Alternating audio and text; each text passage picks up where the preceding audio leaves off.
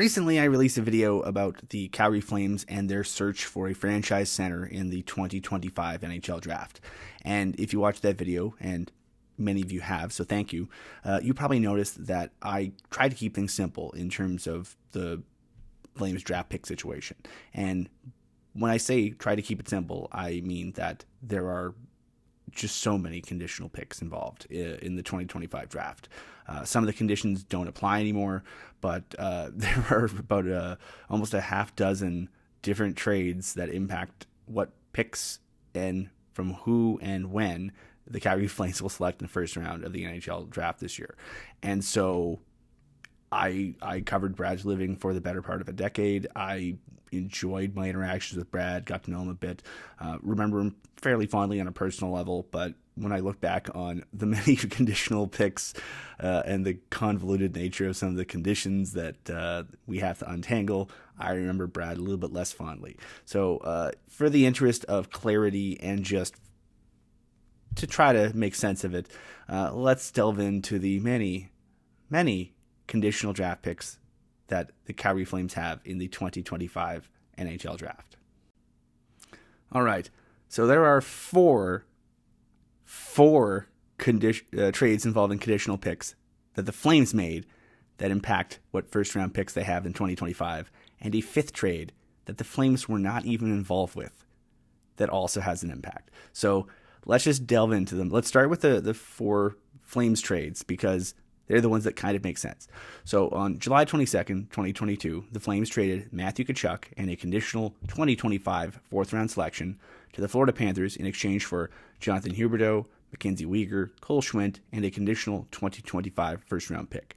As part of this trade, it was a sign-in trade. Matthew Tkachuk, technically, while he was still with the Flames, signed an 8-year deal, and then he and that new deal were traded to Florida. So that is the trade. We'll get into the conditions momentarily.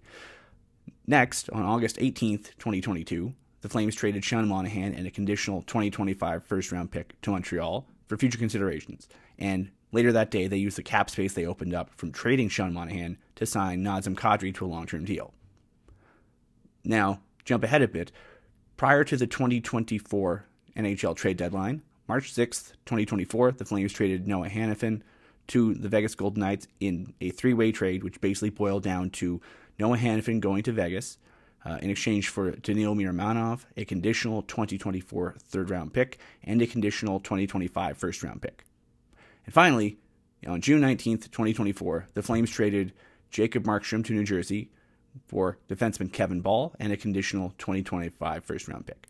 And here's the one that makes it kind of weird. So remember the conditional 2025 first-round pick that the Flames acquired from Florida in July 2022. Well, several months before then, on March 19th, 2022, that pick was tied up by a condition involved in the Florida Panthers trade with the Philadelphia Flyers in exchange for Claude Giroux. So you basically created a Russian nesting doll of sorts of trade conditions. You're technically allowed to do this. You're not allowed to trade a pick that you've already traded, but you can trade conditionally a pick that you might have as long as you build conditions around it. And so this is where things get kind of weird, because if you were, the Flames putting together that August 2022 trade with Montreal, and they're like, we want a first-round pick. Do you know which first-round pick you're going to have? Well, it depends. And so as a result, things get really, really messy. Just for giggles, I'll just put it up on the screen. This is what the conditions were originally from the Montreal trade for Sean Monahan. Some of these conditions no longer exist. There was a condition that tied up the Flames' 2024 first-round pick unless it wasn't going to be in a certain range. That no longer applies. They weren't in that range. There's also one that had Florida had sent their first-rounder to Philadelphia and then held on to their 25 pick, and that pick was later than the pick that Montreal got from Calgary, then the Flames would owe them an extra pick. Thankfully, that isn't the case because Florida did not send that pick, so that sub-condition no longer applies. But you can sort of see why this is convoluted, because if you're the Habs, you wanted the best pick possible, and so you're basically building The Flames needed the cap space, so the Habs basically built a series of trade conditions designed to get them maximum flexibility and the best pick possible. And so, as a result, there are a lot of weird conditions. Another weird condition in the Noah Hanifin trade, that conditional 2025 pick, the condition was essentially it was top 10 protected in the unlikely event that the Vegas Golden Knights fell out of the playoffs and then won the lottery. They wouldn't need to send the pick to the Flames if it was in the top 10. And also, they had a certain window to trade that pick, and they did. They traded that pick to San Jose for, I believe it was Thomas Hertl. And so the Flames, that Noah Hanifin pick is now in 2026. It slid. So the three conditions that still actually impact the Flames are as follows. And again, kind of convoluted. So here we go. The Vegas pick already shifted to 2026. Nothing they do this year has an impact on that. The New Jersey pick from the Markstrom trade. If New Jersey's pick is in the top 10 after the lottery, that pick slides to 2026. If New Jersey's pick is not in the top 10, the Flames get it. The Florida pick. So there's only one condition left in that pick, thankfully. So that's also top 10 lottery protected. So if Florida has a top 10 pick after the lottery, they hold on to that pick slides to 2026. And then if that pick is not in the top 10, the Flames get it. So kind of nesting. Now, let's get into the more convoluted ones. I'm just going to read this off verbatim because I get confused and I read this all the time. All right. So if Florida sends Calgary their pick, then there are two subconditions. So if Calgary's pick is in the top 10, then Montreal will get Florida's pick and the Flames keep their own. As in, Montreal would get a non-top 10 pick from Florida and the Flames would hold on to their top 10 pick. And so that's easy. If the Flames, after the lottery, are outside of the top 10, then Montreal gets whichever pick between Calgary and Florida are earlier. So potentially a Calgary or Florida pick, they would both be outside of the top 10, and Florida gets whichever one, or Montreal gets whichever of the picks is the earliest pick. Now, in the unlikely event that Florida is a top 10 pick, then they hold on to that pick. The Flames only have their own pick for Montreal to choose from. So here are the conditions there. If the Flames somehow win the lottery and they draft first overall, and granted, you need to finish late enough in the standings that you have a chance to move up the 10 picks to first overall. So if the Flames finish low enough that they're first overall or have a chance at first overall and then win that lottery, if post-lottery they are first overall, Montreal would get the Flames 2026 pick instead of 2025. But as a consolation, they would get the Flames 2025 third rounder. So again, if the Flames pick is first overall this year, then Montreal would get their 2026 pick instead and their 2025 third rounder. Now, if the Flames do not pick first overall post lottery, then Montreal just gets the Flames 2025 pick. So again, convoluted, but you kind of understand why they did it that way. But it's so convoluted. So what are the picks going to end up being? We don't know. We don't have a crystal ball. But thankfully, our pal Dom Lesession over at The Athletic does projected standings. He updates them all the time based on a formula, based on, to be honest, fancy math that I understand. That's why Dom is who Dom is. But Dom is great. And Dom's projections, as of November the 10th, when I'm recording this, have the Flames drafting. Okay, let's just start from the beginning. So Florida, he has Florida finishing second overall or close to it, which means that their pick would not be in the top 10. It would be way at the bottom.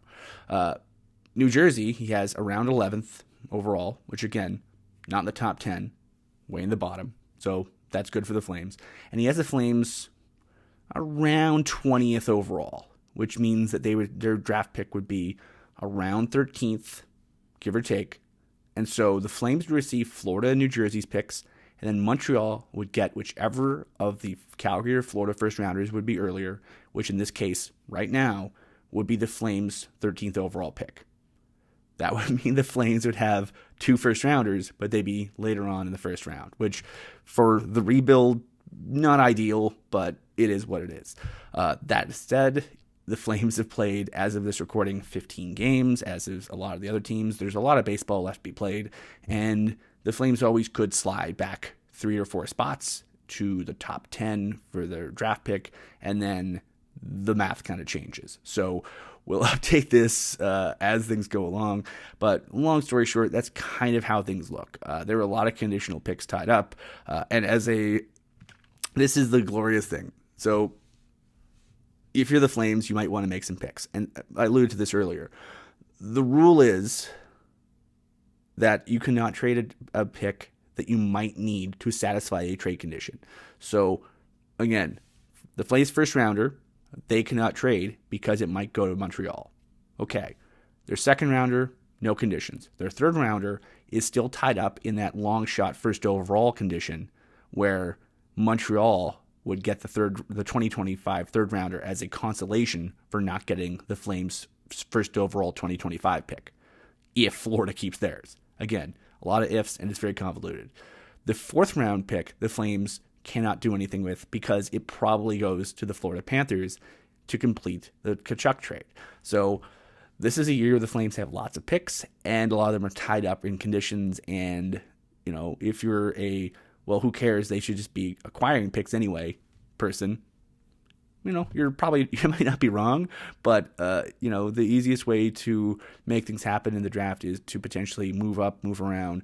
And if you want to make a trade happen, potentially you have a trade going on for, let's just say, one of your goalies, and you want to sweeten the pot and get something else in the trade, you offer up one of your mid-round picks. Flames can't do that. They cannot move most of their picks this year because they might need them to satisfy trade conditions. So, it is what it is. You add conditions to picks to get trades to happen, and at the time, you think the trades are the best trades you can make. But later on, you got to live with it. So, once again, just to make it very simple, assuming the current standings are going to be the final standings, which is a gigantic assumption, the Flames would get Florida and New Jersey's picks, and then Montreal would get the Flames pick.